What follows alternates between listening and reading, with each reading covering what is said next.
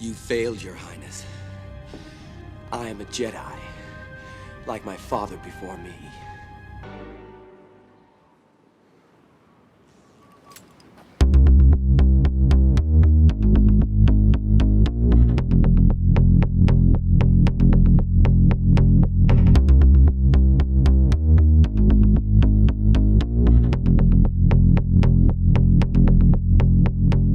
Hi, welcome. I'm Chris. I'm Morgan.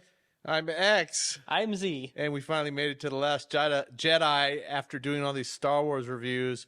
And Morgan, I got to say, you know what? This is only the second time I've watched this movie since it came out, which, I mean, was never the case for the original Star Wars movies, which I've probably seen dozens of times. But how many times have you seen The Last Jedi? Well, real quick, how many times have you seen, like, any of the original trilogy movies? Oh God, I must have watched Return of the Jedi like 14, 15 times. It's a lot. That is a lot. So how many times have you watched the Last Jedi? Twice. Once in theaters and then this time. Okay, why do you think you watch the original ones like a dozen times or plus, or how many times, and this one only twice? I have my own reasons. Well, because with the original trilogy and like Empire or Return of the Jedi, they were satisfying movies to watch. Like, I enjoyed what they did with the characters. I enjoyed all the action. I enjoyed the moments with the characters. It wasn't just, hey, that thing looks cool, but this story makes me want to gouge my eyes out. When I watch this movie, at no point in time do I feel connected to what they did with the original characters and what they were trying to do with the new characters. And that's where the biggest failures are of The Last Jedi that Disney did, which was they totally failed the original characters and the new characters. In incredibly massive ways. Yeah. First of all, they did a character assassination of Luke Skywalker, which is problematic on many levels for the future of the franchise. But I think the first bigger problem, and I know you would say, oh, there's nothing worse than what they did to Luke Skywalker. Well, if you're trying to get people to connect to these characters, you've got to give them like reasonable heroic moments that don't ultimately damage either the story arc or that particular character's attraction to the fans. And like I'll tell you this, man, I thought Poe Dameron getting a little bit more center stage was kind of cool in this because they kind of shelved him in the middle of the last movie. He was in half of the first movie, but now he was like one of the main three in this He's one film. of the main threes, but everything this guy does is stupid. Yeah. Like, he starts out basically being a glory hound, ignoring orders. We have a chance to take out a dreadnought! Disengage now, Commander. That is an order. Yeah, you can kind of see his reasoning, but he's like, of like 15 people that go, 3 make it back. Dude, I think it was more than 15, but if you want some guy to be the badass that you're going to root for, his actions cannot directly lead to losing half the fleet and all those personnel, and then him not knowing what a detriment it was to try to go after the dreadnought. It is probably one of the biggest mistakes of the movie to have Poe Dameron be this cocky guy that's like, oh, I know what I'm doing. I know better than the general who's fought in 2 wars and grew up in the Galactic Civil War between the Rebels and the Empire. And every decision... Dude, he would totally been court-martialed for that shit. Yeah, every single decision that he makes in this movie actively harms the Resistance. You cannot have me root for a character who's that much of a bungling moron. You're demoted. Everything he does is wrong for the movie, and one of those big problems that Poe Dameron does, but besides defying Leia and Holdo, is he's responsible for sending Finn and Rose, telling them to go to Canto Bight and find the code breaker to, I don't know, to stop the tracking or some bullshit like that. It was to stop their tracking of the ships through hyperspace. Like, that's not something you can do, which, okay, I guess that's real quick thing. About that plot point, what did you think about the slow chase? I really didn't mind it or care. It really did feel like a, it felt like, I don't want to say contrivance, but I didn't care. It was interesting, but they could have done something with it to actually show like the psychological anguish that goes through people. Like, we can't run, so we're literally doing this fast walk chase around, like, through the galaxy, and it's terrifying. There's nothing we can do but wait it out, as so many of our ships and our people are blown up and killed. I think it was just like one of the worst choices they could have made if they wanted to advance the story for the Resistance. But there was a lot of other bad choices. But the Canto Bight thing, I'm trying to rack my brain, and other than doing some, they're obviously trying to figure out what to do with Finn. So they put him together with Rose, who we don't know, but that something is rotten in Denmark from the get-go when they meet, because I thought the whole storyline from him in The Force Awakens was resolved, which is the beginning of his arc, that he went from being a coward to taking action and contributing to the death of the destruction of the Starkiller base. And now it's like he's back to square one, because they frame him in such a way that it makes it look like she's stopping him from bailing. What were you doing? Just to Checking doing some checks. the escape pods. No, it's a routine check. By boarding one. Okay, listen. He was gonna grab the thing from Leia that that would lead Rey back to the Resistance, and he's trying to run. He's trying to get out of there, and I'm just wondering. You literally got into a lightsaber fight with Kylo Ren in the first movie. You got your butt whooped hard, but you stood your ground. You're like, I'm not running from this. And now you're right back to putting your tail so far between your legs it goes up your nose, and now you're... Which is another weak move by a male character in this, but... And also somebody who you're trying to sell as a hero. It becomes very clear over the course of this movie, and obviously by the end of Rise of Skywalker, they had no plan. Yeah. There's absolutely no plan from one movie to the next, and the characters have no continuation from anything that they set up in the first one, like with Rey and her origin. But when they go to Canto Bight, they're supposed to find this code breaker. It feels like I cannot understand why this scene exists. I wish I could put my fist through this whole lousy, beautiful town. Yeah, that entire section of the movie, I don't get it. The code breaker, not only do they not get the code breaker, I mean, sure, they find DJ, but he's whole other can of worms, but they spend so much time just sort of messing around there of, oh, BB-8 now has a bunch of coins in him, and somehow he takes down 3 guards and ties them up. I don't know. I mean, it was a visually heavy distraction in the movie to show off these giant donkey horses. I don't know what you want to call them. I don't even remember the names of them. I'm not going to bother. But obviously, they were set up so they could be released and through this whole casino. And I felt like the scene existed, or this section of the movie existed to, one, show another world in the Star Wars universe, 2, to bring Rose and Finn together in some pseudo seeds of a relationship that I never felt was happening at the time. I didn't buy it. And then there was some very muddled messaging about the perils of war profiteering. Yeah, that there's no good or bad or whatever. The big message there is war profiteering is bad. There's only one business in the galaxy that'll get you this rich. Selling weapons to the First Order. No freaking duh. Yeah, no shit. But nothing actually gets accomplished in that scene. And ultimately, when they get DJ, Benicio del Toro's character, who I did not like at all, when they eventually get intel out of him from the First Order, that intel leads to damage to the Resistance, ultimately. Yeah, everything that Poe and Finn do in this movie is an active detriment to the Resistance, which is a really, really, really bad thing to do for 2 of your main heroes. Okay, so a lot of stuff they give Finn is just stuff to do, busy work. Yeah. Even when he fights Phasma, I felt nothing. It just felt like a rehash of the first movie. Because that was the first time she had shown up in the freaking film. Yeah, and it was literally just for him to defeat her very quickly, mind you. Not even actually beat her. He gets her with a sucker punch. And that's the end of Phasma, a character that only existed to sell toys and never didn't help Finn's trajectory at all. And okay, so now I'm not involved. I'm not invested in Finn. I'm not invested in Poe. I'm certainly not invested in Rose. But then Rian Johnson has this idea. There's like this loose structure of trying to subvert things for the intent of subverting. Yeah, he likes to pull the rug out from under the audience. And in some of his movies, like Knives Out, great idea. That is an incredible movie.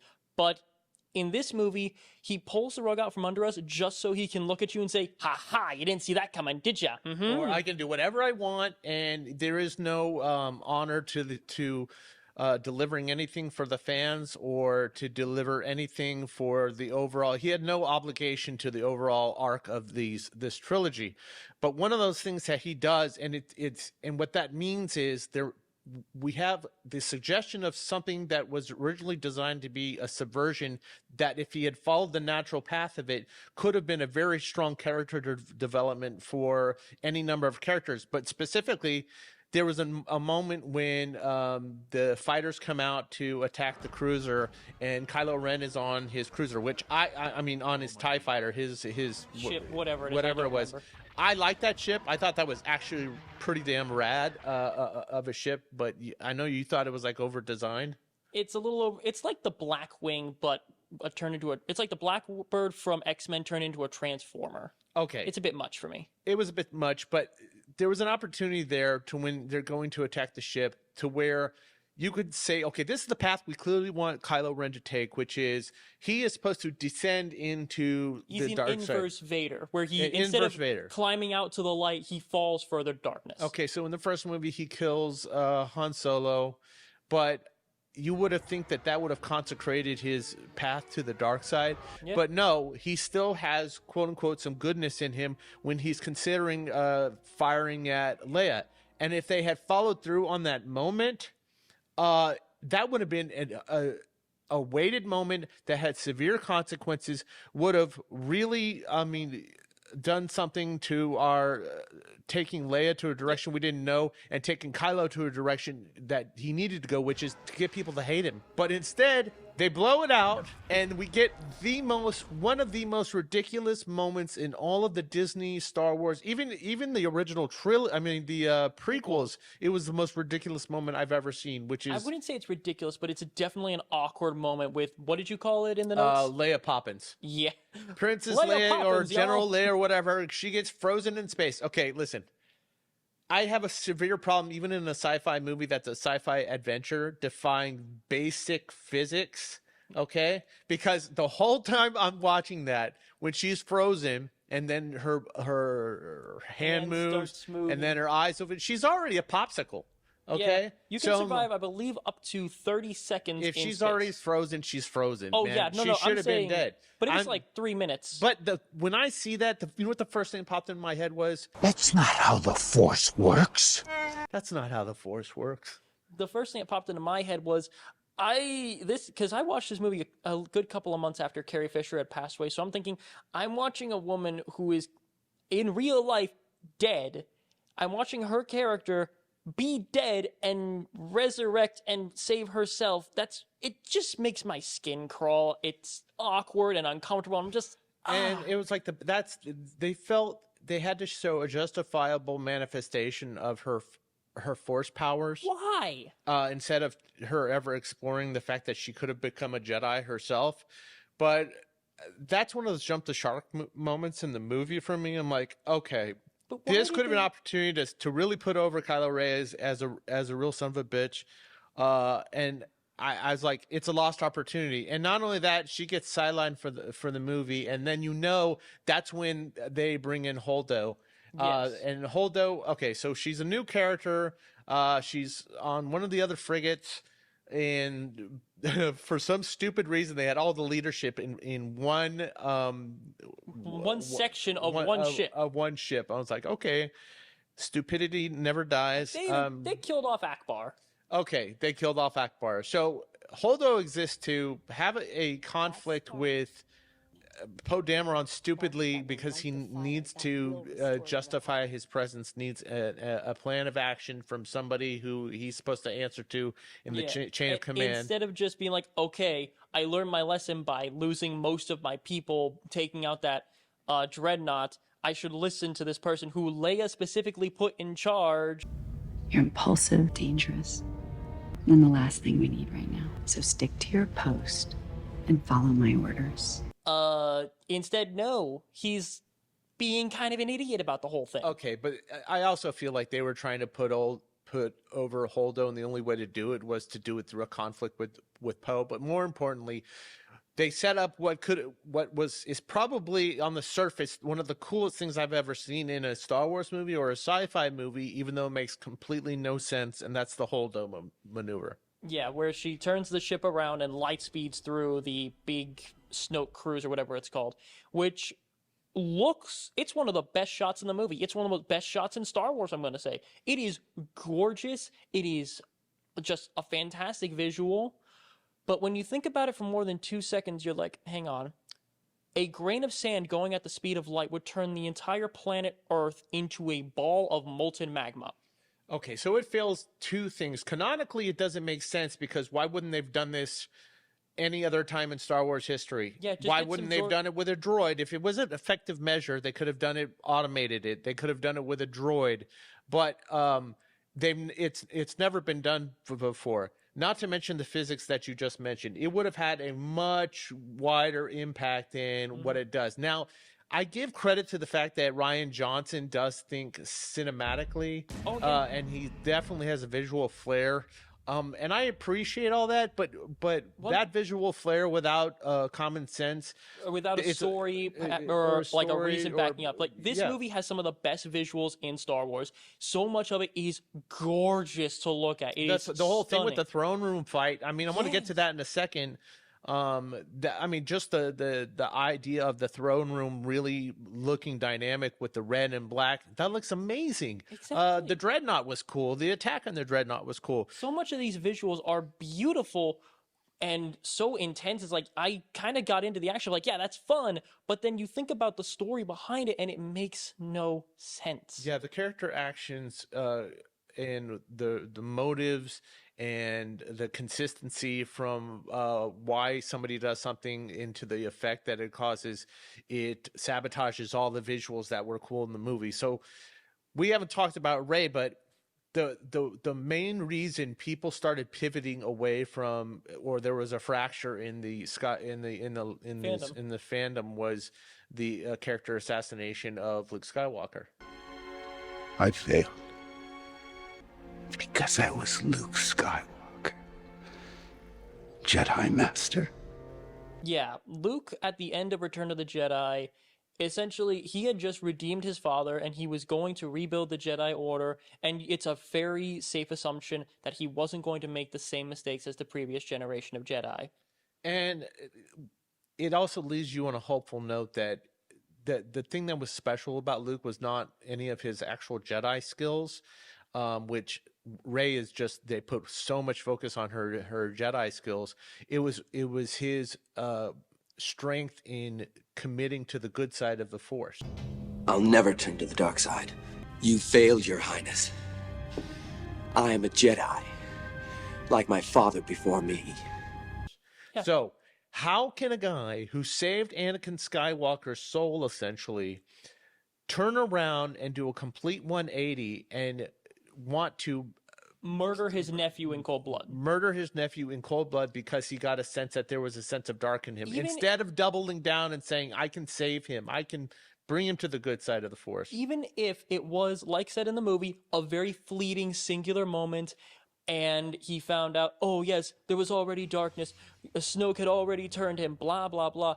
Firstly, your dad blew up a planet and slaughtered thousands, and you still said there's good in him. Kylo Ren hadn't even done anything. He hadn't even done anything, and this is the choice Rian Johnson decided to do with Luke Skywalker, and everything that comes out of his mouth and everything he does is asinine. Even though the performance is oddly effective, I don't buy a single thing that Luke says, and he has some muddled messaging about how the Jedi failed, and the Jedi did fail, by the way.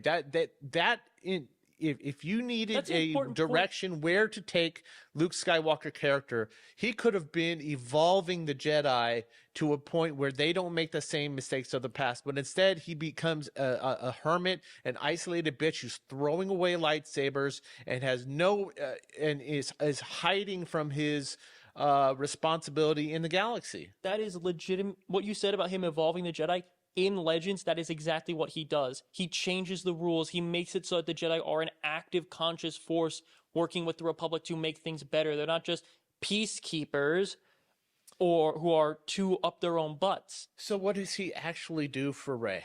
Absolutely nothing. He teaches her basically, the Force isn't moving rocks. It is like an energy connecting everything. He also teaches that, the Jedi failed, and because the Jedi failed, that leads into why he thinks they need to die. I failed because I was Luke Skywalker, Jedi Master. Okay, so to me, he didn't teach her a damn thing. Correct. I mean, he does. Okay, forget about the skill thing for a second. He didn't actually teach her any physical training. He doesn't help her evolve her skills. What does he need to do anyway, since she knows how to do everything? By the way, he even says it's not about moving rocks. It's not about lifting rocks. And that's exactly what she does by the end of the movie. I mean, I think that was a bit of tongue-in-cheek humor of he said it's not about moving rocks, and moving rocks is how she saves the day in the end. I don't know if that was a Rian Johnson wink at the camera, but it irritated the shit out of me. But there is one cool thing. Listen, by the way, we haven't even talked about this yet, but there is that I can see a major time gap between the first movie and the second movie. There isn't. Legitimately, they happen one after the other, because we see Rey handing the lightsaber to Luke, and that is the final shot of The Force Awakens. So we start right where we pick off. There's no time gap. Now, the problem with doing that is when you have, or the advantage of creating a gap between movies of a few years, as if they did between A New Hope and Empire Strikes Back, is that gives the time, a believable time for the audience to believe that person has gone through some changes, evolved, learned how to do things. But since they have no time gap, everything that's coming to Rey is just because they need to sell it that way, and it shows a lack of understanding how to build that character. So we're not getting a chance to connect to Finn. We're not getting a chance to connect to Rey. And by the way, or Poe, and the fact that Rey is separated by the main group from most of the movies, she's not directly involved in the action until they get to Crate. Yeah. The only thing that is cool that didn't go far enough and was another missed opportunity was the connection between Rey and Kylo Ren connecting through Force Skype or whatever. Yeah, which that's an interesting concept. It's an interesting concept, but I'm still very confused about why is it that they are able to bring objects between them? He has his hand get wet because Rey was standing in the rain. Okay, I mean, that's some creative license I can't really buy. But what I had a bigger problem with is that the idea is she is supposed to be what is her point in the story, in this particular story, and on her journey? Well, in what I kind of sold is that she sees good in Kylo Ren, and Kylo Ren can see darkness in her, and that connects them. And that's supposed to connect them in some way. You will not bow before Snoke. You'll turn.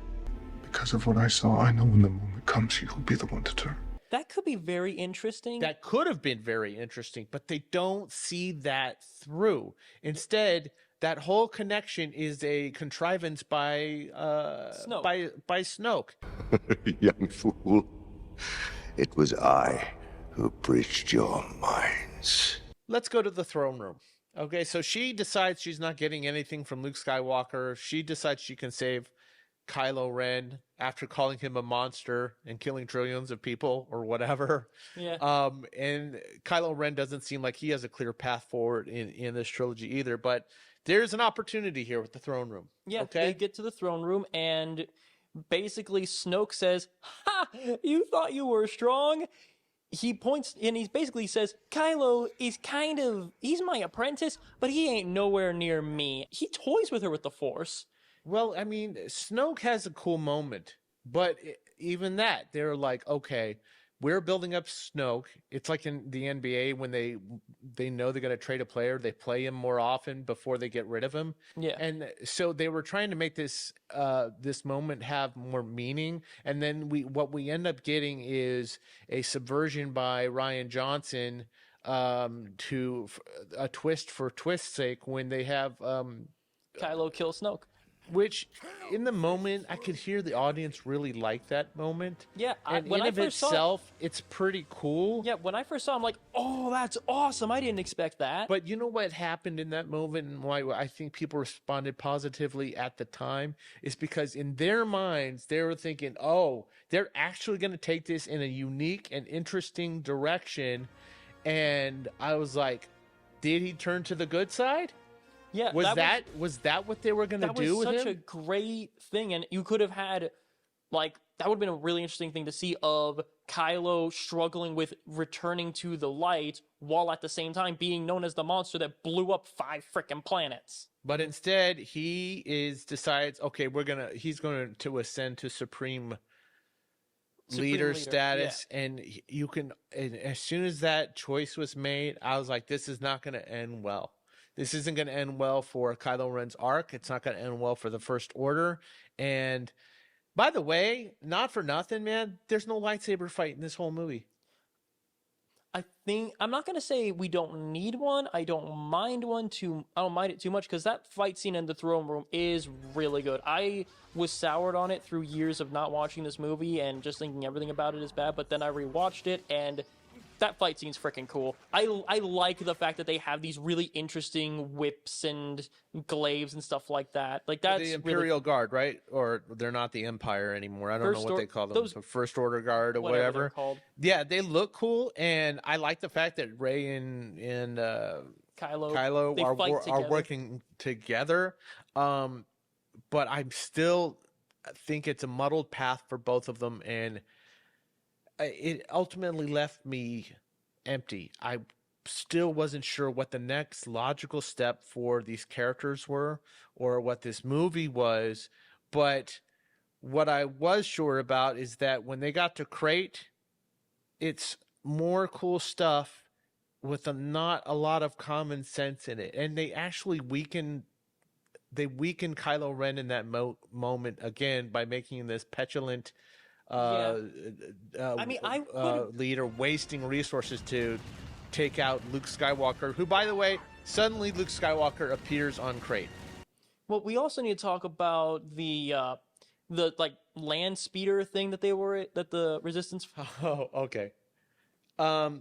Listen, logically, it makes no sense that those things would ever hold up to like 20 freaking AT-ATs, whatever version of that there is, but so many things are problematic with the finale on Crate for all of these characters.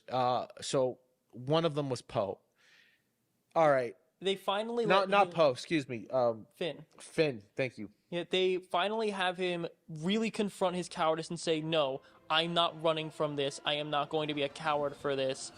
And then they have Rose stop him. And then Rose stops him for the stupidest reason. Listen, they already blew the opportunity to do something really cool with Finn, but they robbed him of a heroic moment to really be to resonate with the audience by having him stop it. And then her excuse, and then she kisses him, which for me just came out of left field. Absolutely. I didn't even buy any of their chemistry. Nope. I mean, it would have been interesting if the thing was, if she says, they still need you, she knocks his ship out and she gets the heroic sacrifice. That would have been a thing of, they need him to be more of a symbol of, you can stand against the Empire or against the First Order, even as a stormtrooper.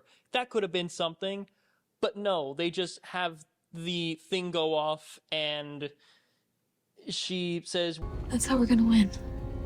Not fighting what we hate. Saving what we love. That was the stupidest thing that I've ever heard. You know why? Because there was no wars fought with hugs.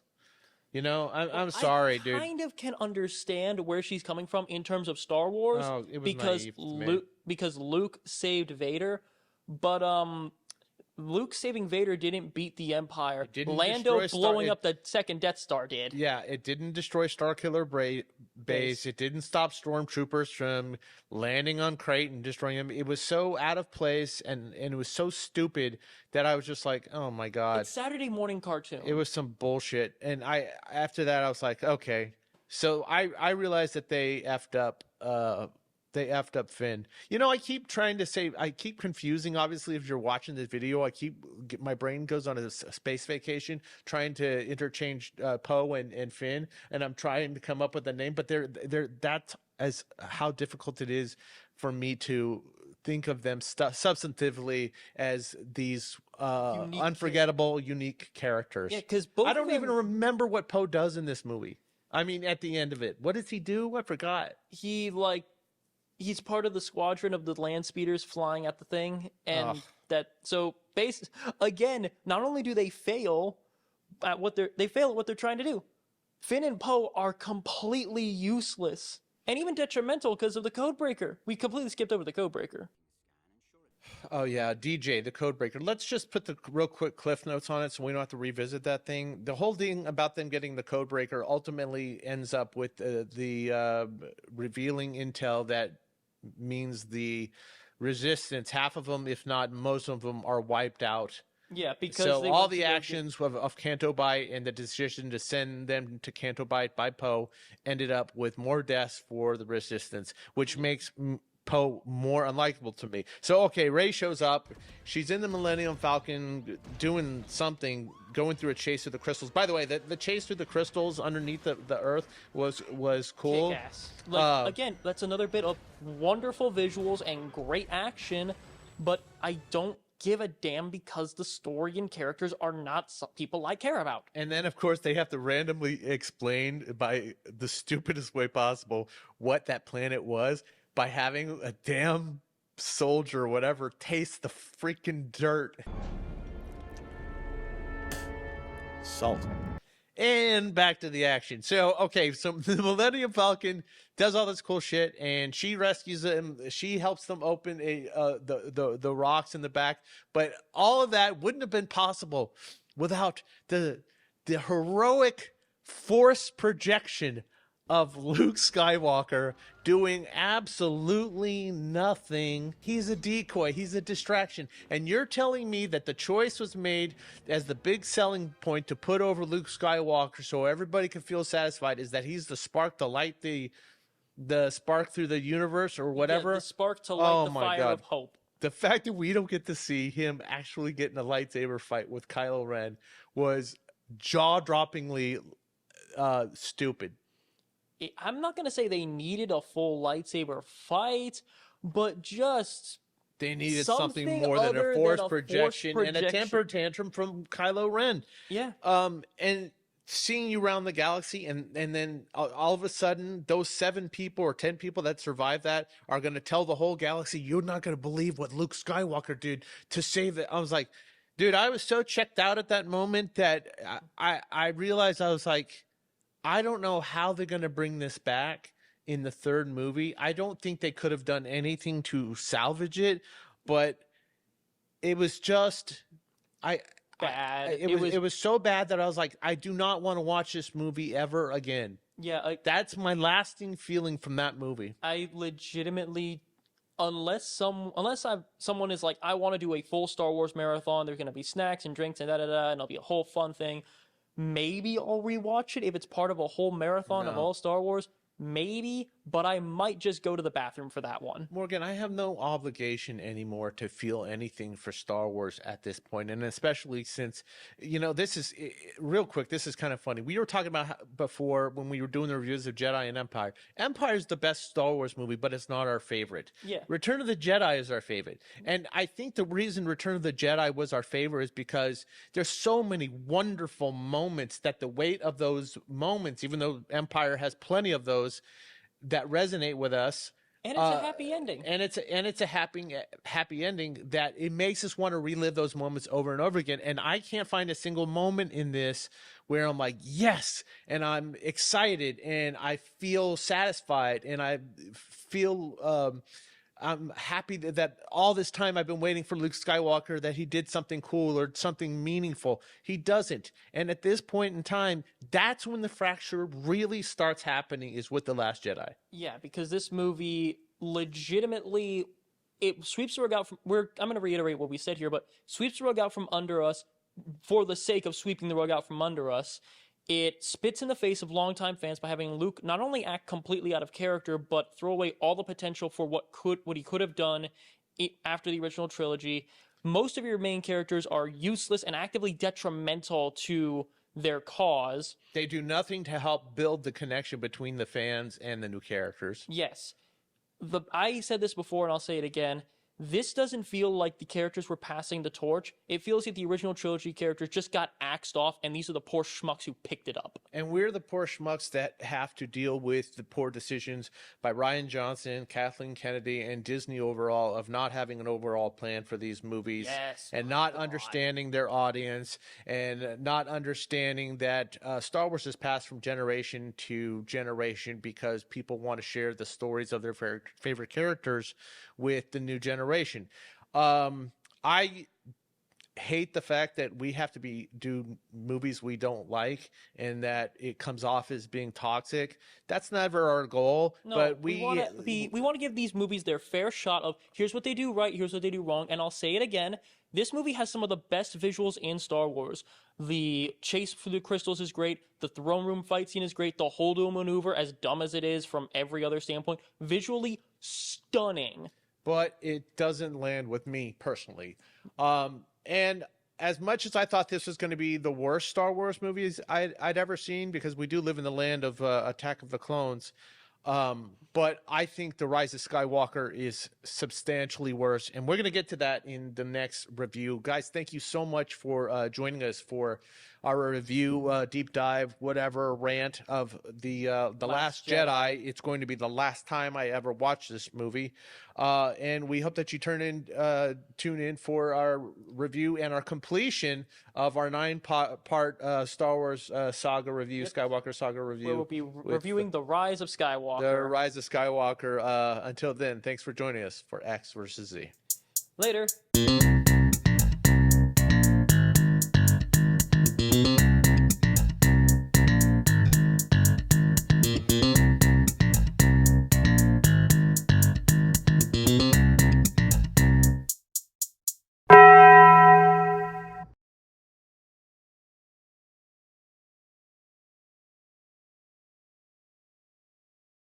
The Force will be with you, always.